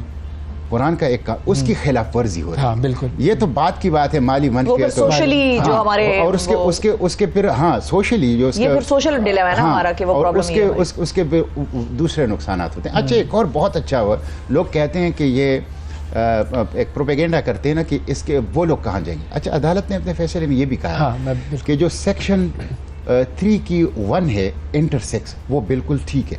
अच्छा। इंटरसेक्स ये है कि जिनके बायोलॉजिकल साख्त में एम्बिग्विटी है, ठीक है, और वो अल्लाह की तरफ से, हाँ। तो वो बिल्कुल ठीक है। इंटरसेक्स हमारे माशरे का हिस्सा है, उनके तमाम कॉन्स्टिट्यूशनल राइट्स को प्रोटेक्ट करना चाहिए। सही। एक दूसरी बात उन्होंने कहा कि यूनिक कैस्ट्रेटेड मेल है जो हादसे में, अच्छा। बीमारी की वजह से या किसी सर्जरी की वजह से, किसी भी वजह से वो सलाहियत उसकी ख़त्म हो गई है, तो वो कैस्ट्रेटेड मेल है। तो कहते ये भी मौजूद है, अगरचे खुद किसी को ये इजाज़त नहीं है कि वो कैस्ट्रेशन करे, लेकिन अगर किसी वजह से हो गया है तो ये मौजूद है, ये मेल है, और बतौर मेल उनको तमाम कॉन्स्टिट्यूशनल राइट्स जो है मिलनी चाहिए। तो देखें, अदालत ने इंटरसेक्स के राइट को प्रोटेक्ट किया, अदालत ने यूनिक के राइट को प्रोटेक्ट किया, और अदालत ने ट्रांसजेंडर को खिलाफ कुरान और सुन्नत करार दे दिया। मैं समझता हूँ बड़ा बैलेंस है। बेसिकली जो सेल्फ परसेप्शन का ही सारा मसला तो यही था ना कि मैं मर्द हूँ, मैंने सेल्फ परसेप्शन में कह दिया कि अब मैं औरत हूँ, तो अब मैं औरतों की मस्जिद में जाके नमाज पढ़ूं। और फिर इससे सोशल प्रॉब्लम्स और भी बहुत सारी जन्म लेती हैं। ये सिर्फ एक हमारा ऐसा नहीं है कि अदालत ने फैसला सुना दिया, इससे और भी बड़ा अगर लार्जर कॉन्टेक्स्ट में सोचेंगे और देखेंगे तो प्रॉब्लम्स इसकी और भी हैं। अच्छा सर, मैं ये भी जानना चाह रही हूँ कि जो जिनका आपने जिक्र किया ना कि जो इंटरसेक्स हैं, जो कि बेसिकली जिनकी फिजिकल या बायोलॉजिकल जो साख्त है उसमें एम्बिग्विटी है और वो पैदा जो है वो एक डिसऑर्डर या नुक्स के साथ पैदा हुए हैं, तो क्या उनको ये इजाज़त है इस फैसले में कि वो अपने आप को इलाज भी करा सकें और वो अपने आप को, जिसका झुकाव मर्द की तरफ है फिजिकली या खातून की तरफ है फिजिकली, वो अपना इलाज करा के, ऑपरेशन करा के, सर्जरी से वो अपने आप को ठीक करा ले? बहुत अच्छा सवाल आपने किया है। देखें, एक तो इस फैसले में भी ये जिक्र है कि हुकूमत को उनको फैसिलिटेट करना चाहिए। अच्छा। उनकी सहूलतकारी करनी चाहिए कि वो अगर करेक्शन कर सकते हैं सर्जरी से या किसी से जिसकी तरफ मैलान ज़्यादा है, मेडिकल बोर्ड ही बताएगा, तो करना चाहिए। लेकिन उसके लिए मैं आपको ये बताऊं कि मैं एक पूरा बिल इंट्रोड्यूस कर चुका हूं जो स्टैंडिंग कमेटी से पास हो चुका है और जिसका नाम है खुनसा person protection of right act 2022। सही। अच्छा। खुनसा इंटरसेक्स का अरबी नाम है। ठीक है। तो उसमें ये है कि उनको तमाम कॉन्स्टिट्यूशनल राइट्स हासिल हैं। उसके साथ जो वालिदैन ऐसे बच्चों को एक्सेप्ट नहीं करेगा, डिसोन करेगा, उनको जुर्माना और कैद की सज़ा, और ऐसे बच्चों से अगर कोई भीख मांगेगा या जैसे हमारे माशरे में उनसे डांस करवाया जाता है, दूसरे मजबूर करवाया जाता है, तो उनको भी कैद और जुर्माने की सज़ाएं दी जाएंगी और उनको हुकूमत उनको स्पेशल प्रोटेक्शन देगी और तमाम कॉन्स्टिट्यूशनल राइट देने की गारंटी हुकूमत देगी। तो एक पूरा बिल पूरा लॉ अलहदा, इसमें इसलिए कि नौकरियों ये वगैरह का भी marginalized सारा तबका सिलसिला है है। बेचारा, बिल्कुल। बहुत ज्यादा मजलूम तबका है। तो मैंने उनके तमाम इश्यूज को एड्रेस किया है और वो सेनेट की स्टैंडिंग कमेटी से पास हो चुका है। सेनेट में उम्मीद है कि जून के एंड में उसके ऊपर वोटिंग हो जाएगी और सेनेट से थ्रू हो जाएगा। तो अदालत ने भी कहा है और हमने उनके लिए अलहदा लाया, इसलिए कि हम समझते हैं कि वो सबसे मजलूम तबका है। हमारा तो दिल कोड़ता है उनके ऊपर। मैं तो अल-खिदमत फाउंडेशन के ज़रिए से मुस्तकिल उनसे राब्ते में हूँ और उनकी ज़रूरियात पूरी करने की कोशिश कर रहा हूँ। उनको हुकूमतों ने, उनको वालिदैन ने, उनको समाज ने मुसलसल नज़रअंदाज किया है। तो इंशाल्लाह उसमें लॉ के ज़रिए से भी और इस फैसले के ज़रिए से उनकी प्रोटेक्शन की तरफ हम जाएंगे। अच्छा, अब ये जो शरीयत कोर्ट का फैसला है, इसकी हैसियत क्या है, कितना बाइंडिंग है? क्या ये बिल्कुल सही तरीके से जैसा उन्होंने कहा है वैसा इम्प्लीमेंट हो सकता है, अब ये हो जाएगा, या ये कॉन्फ्लिक्ट हो जाएगा और इसके खिलाफ अपील भी की जा सकती है? बहुत अच्छा सवाल है ये। मैं आपको बताऊं, इससे मैं एक मौका मिल गया कि मैं एक्सप्लेन करूं। कॉन्स्टिट्यूशन के एक आर्टिकल है, आर्टिकल 203D। उसमें लिखा हुआ है कि फेडरल शरीयत कोर्ट अगर कोई फैसला दे और कोई भी बंदा जाके उसके खिलाफ सुप्रीम कोर्ट में दरख्वास्त दे दे, तो सिर्फ दरख्वास्त देने से वो फैसला स्टे हो जाएगा। हालांकि ये कहीं नहीं होता। मतलब ये इतनी पूरी 2 साल की जो एक्सरसाइज थी, हाँ, उसकी मैं जाऊं और कहूं भाई ये ना करो, उसकी एक शरई और अखलाकी हैसियत तो आपको फेडरल शरीयत कोर्ट ने दी। लेकिन हमारे यहाँ आप देखें, मैं उसके अंदर अमेंडमेंट लाया, कॉन्स्टिट्यूशनल अमेंडमेंट, कि भाई ये तो आपने इसको शोपीस बनाया हुआ है। ये तो फिर ठीक है, स्टे का इख्तियार सुप्रीम कोर्ट के है, वो एपेलेट कोर्ट है, अपील फाइनल वहाँ पे होती है। लेकिन वो सुने और सुनने के बाद अगर वो समझे कि मेरिट बनता है कि इसको स्टे किया जाए, तो वो बेशक स्टे करें। लेकिन ये तो कोई बात नहीं कि कोई बंदा जाके सिर्फ दरखास्त दे और दरखास्त बस सालों पड़ा रहे और यहाँ फैसला स्टे हो। तो एक दरखास्त है मेरी, फिर एक इनकी आ जाए, फिर आपकी आ जाए, दरखास्तों पे दरखास्त। तो ये एक बदकिस्मती है कि मेरी वो कॉन्स्टिट्यूशनल अमेंडमेंट, आप अंदाजा कर लें, उसको यूनानिमसली रिजेक्ट किया कमेटी ने। यहाँ पे जो दीनी मतलब काउंसिल ऑफ इस्लामिक आइडियोलॉजी, उनको रखा हुआ है, उनकी सिफारिशात और ये मामला सिर्फ फेडरल शरीयत कोर्ट के साथ, ये कोई हाई कोर्ट वगैरह में ऐसा नहीं है कि मैं हाई कोर्ट में किसी फैसले के खिलाफ सिर्फ फेडरल शरीयत कोर्ट के साथ उन्होंने ये किया है कि कॉन्स्टिट्यूशन, इसलिए यही तो इस्लाम के साथ आपने अपने पार्लियामेंट के पेशानी पर कलिमत तोयबा लिखा है, आपने सेनेट के हाल के अंदर सूरह हशर के आखिरी रुकू लिखा है, आपने कौमी असेंबली के छत के ऊपर अस्माउल हुस्ना लिखा है, आपने कॉन्स्टिट्यूशन के अंदर लिखा हुआ है कि इसकी फाउंडेशन इस्लामी होंगी, खिलाफ कुरान सुन्नत कोई कानून नहीं होगा। लेकिन जब फेडरल शरीयत कोर्ट किसी कानून को खिलाफ कुरान सुन्नत करार दे, तो आपने फिर उसकी हैसियत ये रखी कि कोई बंदा दरखास्त भी दे स्टे हो जाए। और यही सूरत रिबा का है। रिबा का केस, रिबा का केस 30 साल चला, 30 साल, और 30 साल के बाद फेडरल शरीयत कोर्ट ने सूद और रिबा को कॉन्स्टिट्यूशन के मुताबिक बिल्कुल खिलाफ शरीयत करार दे दिया। अब उसके खिलाफ एक दो बंदों ने जाके सुप्रीम कोर्ट क्या ऐसा हो सकता है कि अब चूंकि फेडरल शरीयत कोर्ट का वो जो आपकी कॉन्स्टिट्यूशन अमेंडमेंट थी और वो सारा उसको ज्यादा नहीं सराहा गया, तो क्या ये किया जा सकता है कि आप जो दूसरा कन्वेंशनल कोर्ट है हमारे, उधर भी इसी मामले को ले जाएं और एक फैसला वहां से आ जाए बेस्ड ऑन दिस फेडरल शरीयत? आपके तवज्जो से कहूंगा कि एक तो मैं जाऊंगा, मैं तो पार्लियामेंट के फ्लोर पर, अदलिया में, मीडिया में, पब्लिक में अवाम की जंग लड़ रहा हूँ, इस्लाम की जंग लड़ रहा हूँ, पाकिस्तान की जंग लड़ रहा हूँ, मैं इंशाल्लाह जाऊँगा। लेकिन मेरे साथ, बल्कि अवाम के साथ PDM की मौजूदा हुकूमत ने वादा किया था कि फेडरल शरीयत कोर्ट का जो फैसला आएगा वो हमें कबूल हो।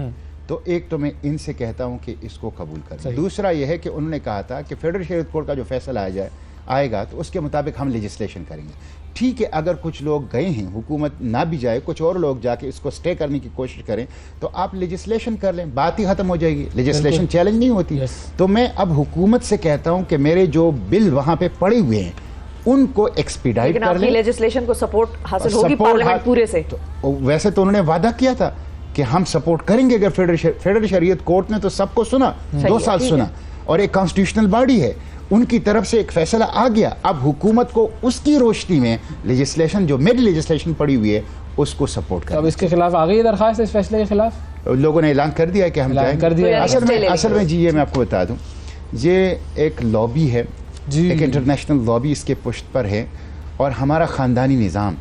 अदालत ने फैसले में ये भी कहा है कि ये जो ट्रांसजेंडर एक्ट है, इससे मुस्लिम औरत की जो मॉडेस्टी और डिग्निटी है वो ख़तरे में है।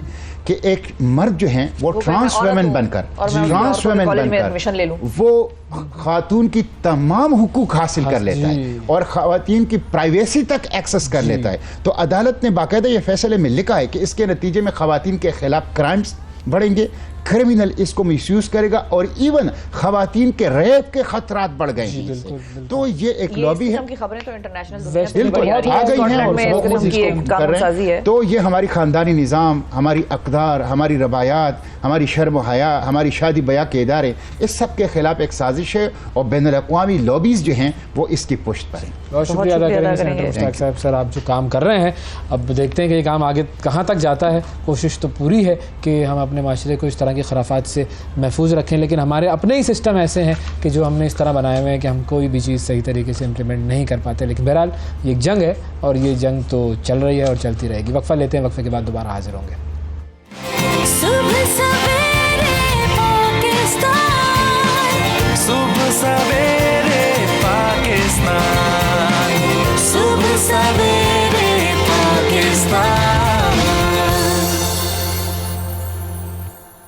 वेलकम बैक सुबह सवेरे पाकिस्तान में एक मरतबा फिर खुशामदीद। कराची का रुख करते हैं जहां पर मेयर कौन बनेगा की एक जो कशमकश है जारी थी, अब वो कशमकश अपने पाए तकमील तक पहुंचने जा रही है। हाफिज़ नईम साहब हमारे साथ मौजूद हैं जमात इस्लामी के, और उनसे हम बात करते हैं कि ये मामला अब कहाँ तक पहुँचा है। अस्सलाम वालेकुम हाफिज़ साहब। वालेकुम अस्सलाम रहमतुल्लाह। हाफिज़ साहब बहुत शुक्रिया, आपने प्रोग्राम के लिए वक्त निकाला। ये बताइए मेयर के इलेक्शन के लिए क्या तय पाया है, कौन किसको सपोर्ट कर रहा है, किससे इत्तेहाद कर रहे हैं आप लोग? देखें, जमात इस्लामी ने एक बहुत बड़े पैमाने पे कामयाबी हासिल की है और अब पीटीआई ने जमात इस्लामी की हिमायत की है। तो जमात इस्लामी और पीटीआई के जो सीटें हैं वो रिज़र्व सीट्स मिला के सब मिला लें तो हम अल्हम्दुलिल्लाह अक्सरियती जमात हैं और इसके नतीजे में इंशाअल्लाह मेयर जमात इस्लामी का होगा और अगर हमारे पीटीआई के दोस्तों ने कबूल किया तो डिप्टी मेयर उनका होगा। सही है, ठीक है। अच्छा, और ये भी बताइए हाफिज़ साहब कि पीपल्स पार्टी ने भी आप लोगों से रब्ता किया था, तो उनकी तरफ से क्या ऑफर की गई है आप लोगों को? नहीं, पीपल्स पार्टी से रब्ता तो जाहिर है कि हम रब्ता करने में तो हमें कोई मसला नहीं, लेकिन पीपल्स पार्टी ने जो रवैया जो इख्तियार किया है वो रवैया तो जमहूरियत का मजाक उड़ाना, इलेक्शन को मजाक बना देना, सीटों पर कब्ज़ा करना, रिकाउंटिंग के ज़रिए नताइज बदलना, इलेक्शन कमीशन उनकी ए टीम का किरदार अदा करे, अमलन जो है इलेक्शन कमीशन सिंध में पीपल्स पार्टी का ही नाम हो और अगर हम मरकज़ी इलेक्शन कमीशन के पास जाएं तो वो भी पीपल्स पार्टी के लिखे हुए फैसले सुनाए, उसको हाई कोर्ट में चैलेंज करना पड़े, स्टे लेना पड़े, रगड़ा खाना पड़े और फिर कुछ भी नहीं बचे तो फिर नतीजे तब्दील कर दो। नतीजे तब्दील करने से भी बात नहीं बने, कब्ज़े कर लो, ज़िमनी इंतखाब में आप सीटों पर कब्ज़ा कर लो, फिर नतीजे बदलो। इस सब के बावजूद भी पीपल्स पार्टी की गिनती पूरी नहीं हुई। तो अब अगर पीपल्स पार्टी ये कहती है कि जनाब हमारे नंबर ज़्यादा हैं तो हमारे साथ बैठकर बात करो, तो ये तो ज़्यादती है। अगर जेन्युइनली उनके नंबर ज़्यादा होते तो हम इतना हौसला रखते हैं कि हम उनके साथ बात भी करते और उनकी इस अक्सरियत को कबूल भी करते, लेकिन वो ज़बरदस्ती धौंस और धांधली के ज़रिए से ये काम करें।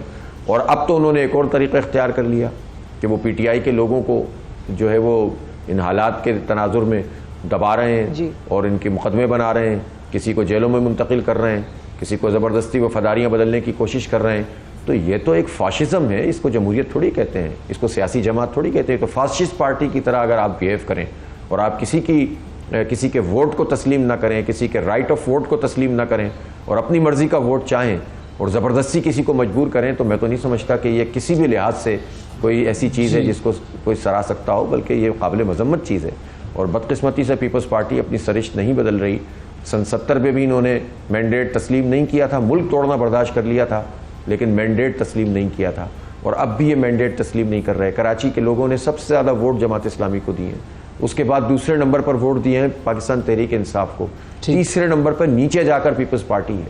लेकिन मर्जी की हल्काबंदियाँ करके इन्होंने अपने जो है वो नताइज हासिल कर लिए। चले वो भी ठीक है, लेकिन कब्ज़ा तो नहीं करो, नतीजे तो नहीं बदलो, आरोज़ को अपनी जो है वो हाथ की छड़ी और जेब की घड़ी तो नहीं बनाओ, घड़े की मछली तो नहीं बनाओ। तो ये सारे काम अगर आप करोगे तो उसके नतीजे में ये तो आप मजाक ही बना रहे हो, तो ये तो कबूल नहीं किया जा सकता। इस पर क्या बात? तो हाफिज़ साहब, पीटीआई से क्या फिर बात तय पाई है? मतलब उनसे इत्तेहाद की सूरत में आपको क्या मिलेगा और उनको क्या मिलेगा?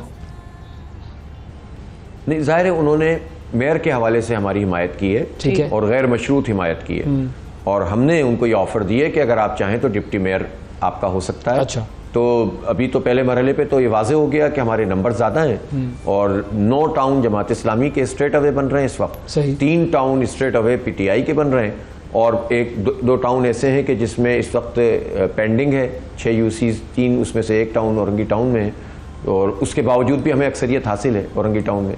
तो अल्हम्दुलिल्लाह हमारा ये 10वां टाउन भी हमारा बन जाएगा। तो इस तरह से ये 13 टाउन तो ये हो गए और कुछ टाउन ऐसे हैं जिसमें हम मिलजुल कर काम को आगे बढ़ा सकते हैं।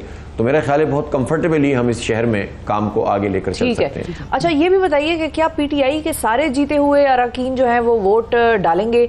कोई जेलों में होंगे, अभी आपने जिक्र किया, तो कोई जो है वो कहाँ होगा? अगर वो ना आ सके तो फिर आपके वोट कम नहीं हो जाएंगे?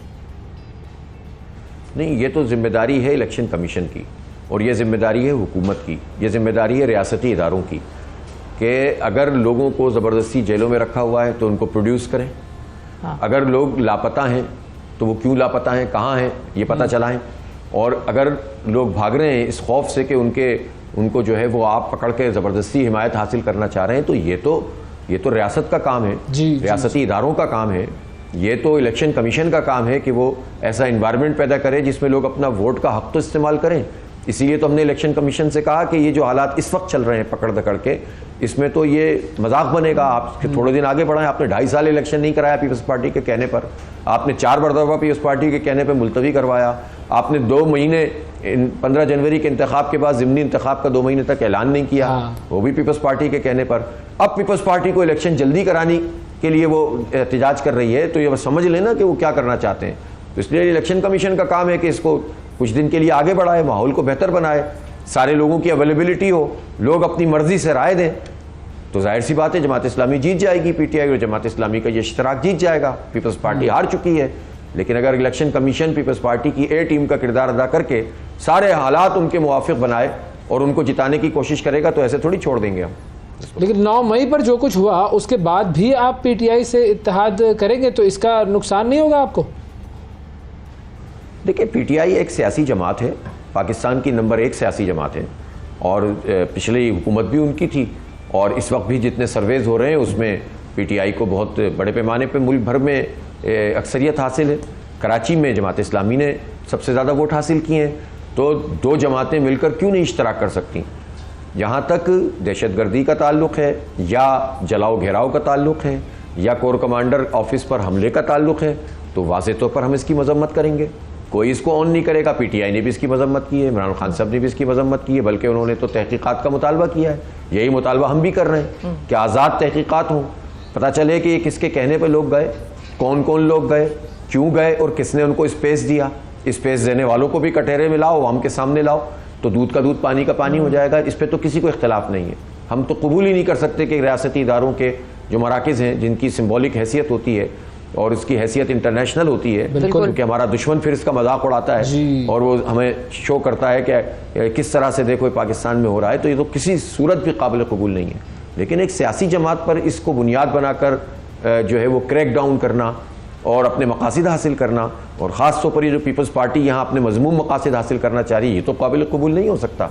तो हमारा ये इख्तियार है कि मुल्क की जो रजिस्टर्ड सियासी जमात, मकबूल तरीन जमात है, उसके साथ मिलकर हम जो है वो कोई चीज़ करें। ना किसी अदालत ने इसको रोका है, न किसी कानून के ज़ुमरे में ये आता है कि ये काम नहीं किया जा सकता, तो कौन इसको रोक सकता? हाफिज साहब, आपने ऐलान किया था कि डिजिटल मरदमशुमारी की तारीख में तोसी न की गई तो हम एहतजाज करेंगे।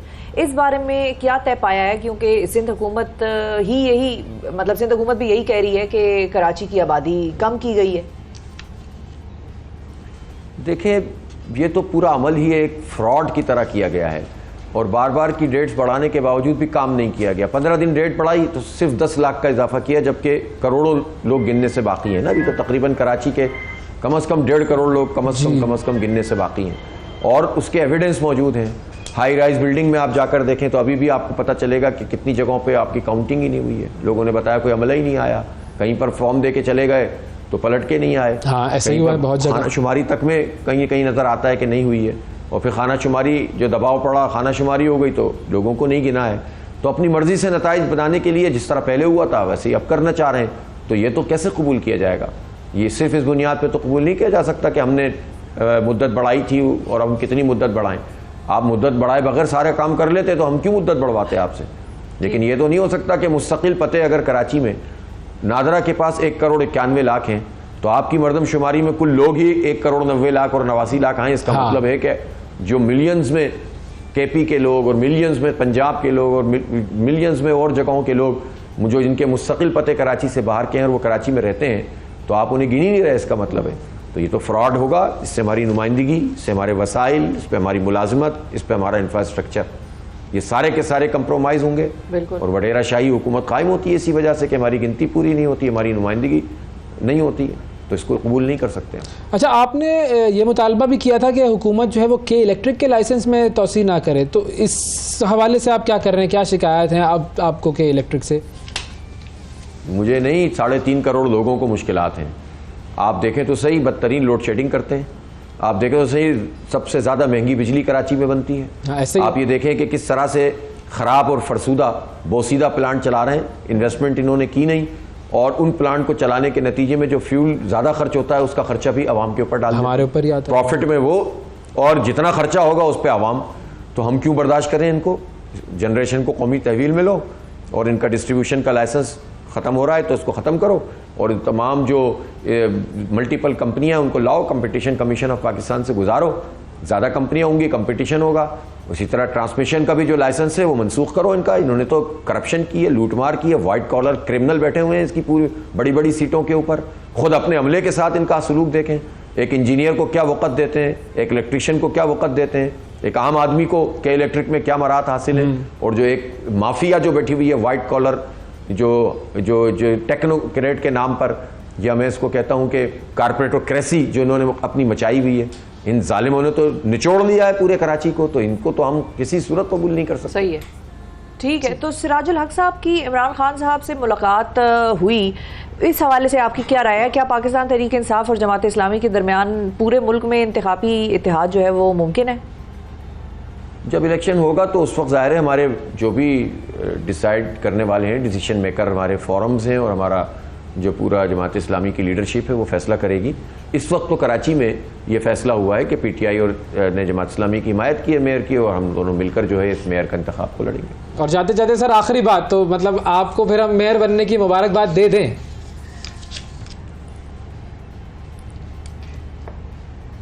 सर देखें, मैं आपको एक बात बताऊं, मेयर तो जमात इस्लामी का बनेगा इंशाअल्लाह, और मैं बहुत अरसे से ये बात कह रहा हूं।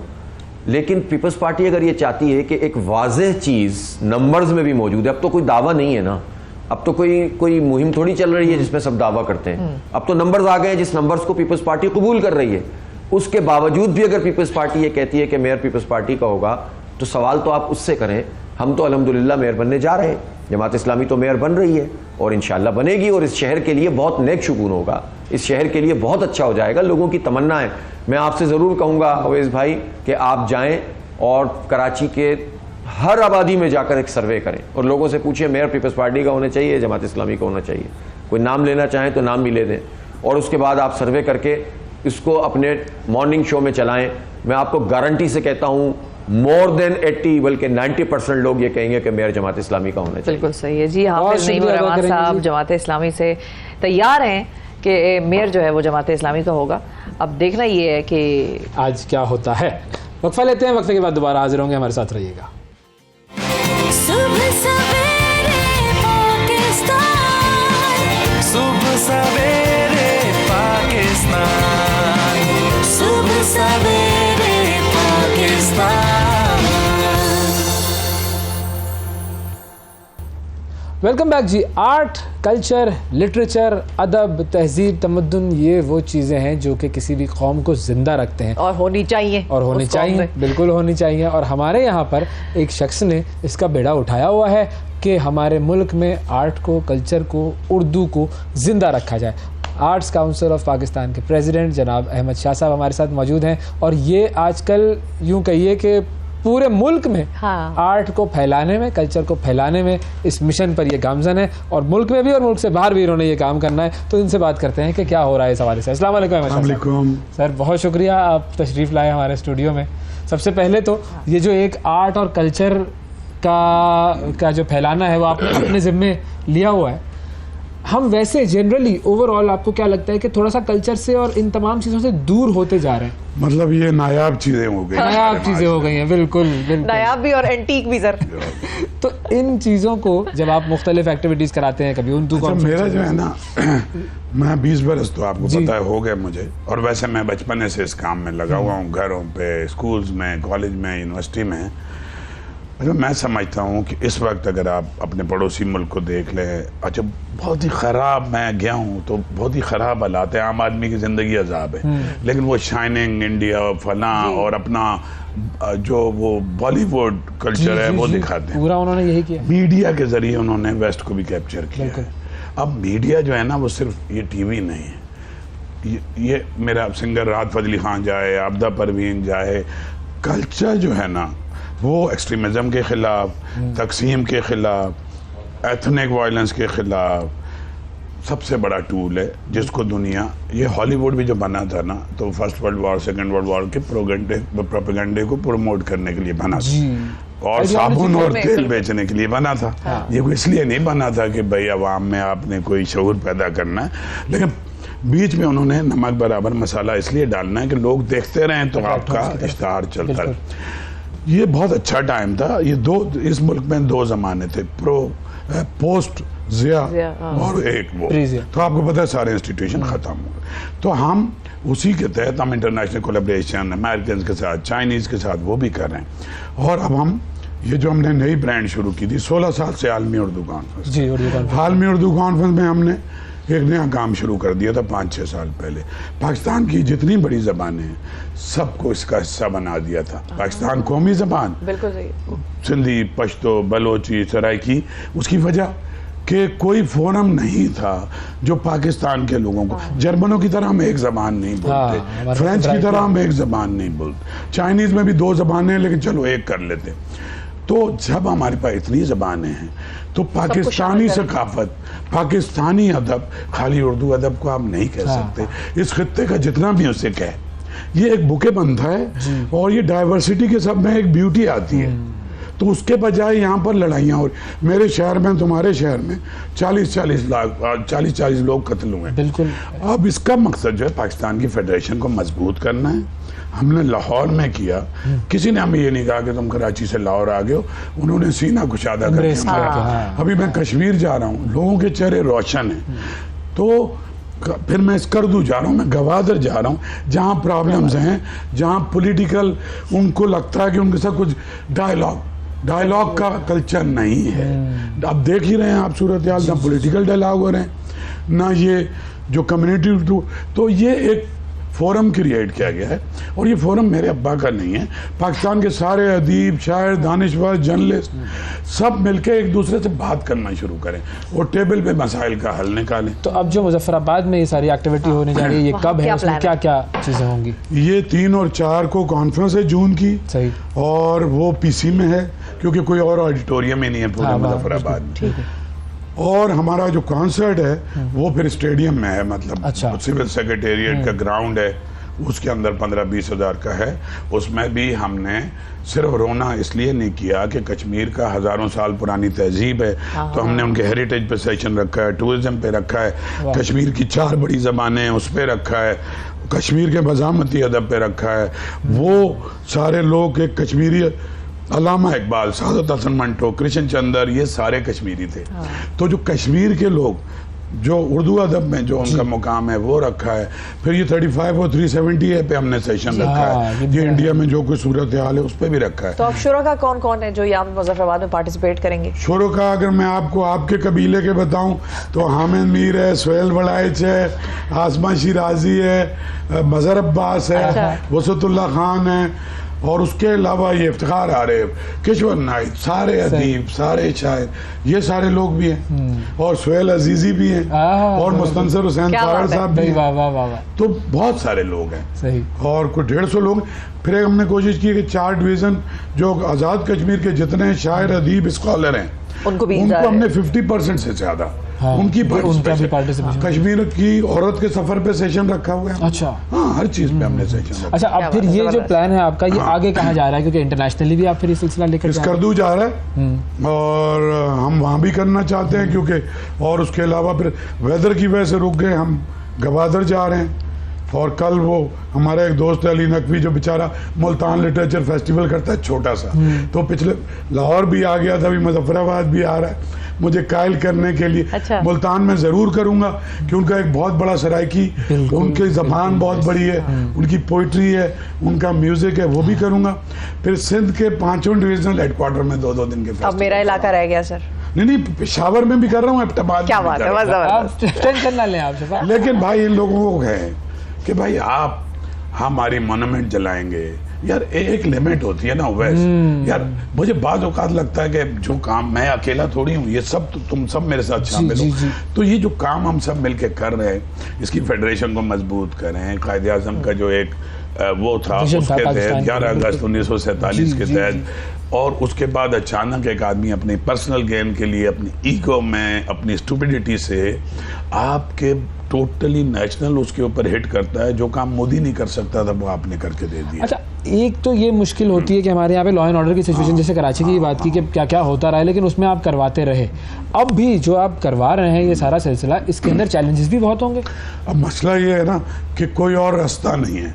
आपको पता है वॉर जोन में भी साफी जाता है और वो लगाता है, हाँ, और उसकी ट्रेनिंग होती है, तो कवर तो करता है। मैं समझता हूँ कि जैसे मोर्चे पे जो सिपाही लड़ रहा है, उससे कम इम्पोर्टेंट काम नहीं है ये जो कल्चरल कोलैबोरेशन है।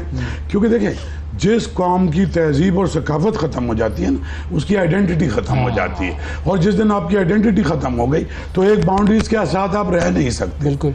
तो उसके लिए बहुत ज़रूरी है। अच्छा, हमारे यहाँ इसको समझा जाता है यार ये कोई अयाशी का काम है, यार लिटरेचर की क्या ज़रूरत है, ये तो यार इसकी क्या ज़रूरत है। तो भाई यही तो आप मुझे बताएं, हमारे जितने हुक्मरान थे, रहे, वज़ीर आला, वज़ीर आज़म, उनको लोग ज़्यादा जानते हैं, या शाह लतीफ़ को जानते हैं, गालिब को जानते हैं, शेक्सपियर को जानते हैं, विक्टर ह्यूगो को। तो माशरे में बाद में आपका फ़िलासफ़र रह जाता है, आपका अदीब रह जाता है, ये नहीं रहते। तो इनको भी ये बात समझनी चाहिए कि इनको अपने आप को इससे कनेक्ट करना पड़ेगा। बट खुदा के लिए वैसे मैं ये अपील तो नहीं करूँगा। और दूसरी बात ये कि कायदा और कानून और फलाना कोई रियायत नहीं होनी चाहिए। अगर मेरे मुल्क की असास पे कोई हमला कर रहा है, अगर उसकी कोई आइडेंटिटी पे हमला कर रहा है, तो यार हम किसका गेम खेल रहे हैं? हम प्लांटेड हैं क्या? अगर नहीं है तो क्या हम इतने पागल हैं, हम जुनूनी हैं कि हम, भाई हमारी लड़ाई, मेरे बेशुमार इख्तलाफात फौज से होते हैं, जितने उनके पॉलिटिकल बात औकात ह्यूमन राइट पर, लेकिन जानी मेरी फौज है ना, इंडिया की फौज तो नहीं है, अमेरिका की फौज। तो मैं लड़ूंगा ना, जैसे घर में दो भाई आपस में लड़ते हैं, हम लड़ते हैं कि तुम गलत कर रहे हो, बिल्कुल, वो कहते हैं नहीं जी हम गलत कर रहे हैं। अब इसका ये मतलब थोड़ी होती है कि इस घर को हम आग लगा दें। ये टॉलरेट किसी को भी नहीं करना चाहिए, और ये एक फिनोमेना और कल्ट होता है। दिस इज टेम्परेरी, ये मैं आपको बता दूं। हाँ, इंटरनेशनली कहाँ लेकर जा रहे हैं आप? अभी मैं ह्यूस्टन जा रहा हूँ, वहाँ पर 24 जून को एक कॉन्फ्रेंस है, आलमी उर्दू कॉन्फ्रेंस। तो हमारे ऊपर तो सिंध हाई कोर्ट ने पाबंदी लगा दी है कि सिंध सरकार का कोई पैसा हम सिंध के बाहर नहीं खर्च कर सकते। अच्छा। तो उससे मुझे और ज्यादा ये हुआ है कि हमें करना चाहिए। मैं अपने दोस्तों से और डोनेशन से और स्पॉन्सरशिप से ये सारा काम कर रहा हूँ, कश्मीर या स्कर्दू। फिलहाल अमेरिका जा रहा हूँ, तो वहाँ जो हमारे दोस्त हैं जो पाकिस्तान से मोहब्बत करते हैं, उन्होंने कहा तुम पे पाबंदी है, तो सारा खर्चा वो कर रहे हैं। मेरी टिकट भी उन्होंने भेज दी है, और मैं एज अ चीफ गेस्ट उसको ओपन करूंगा।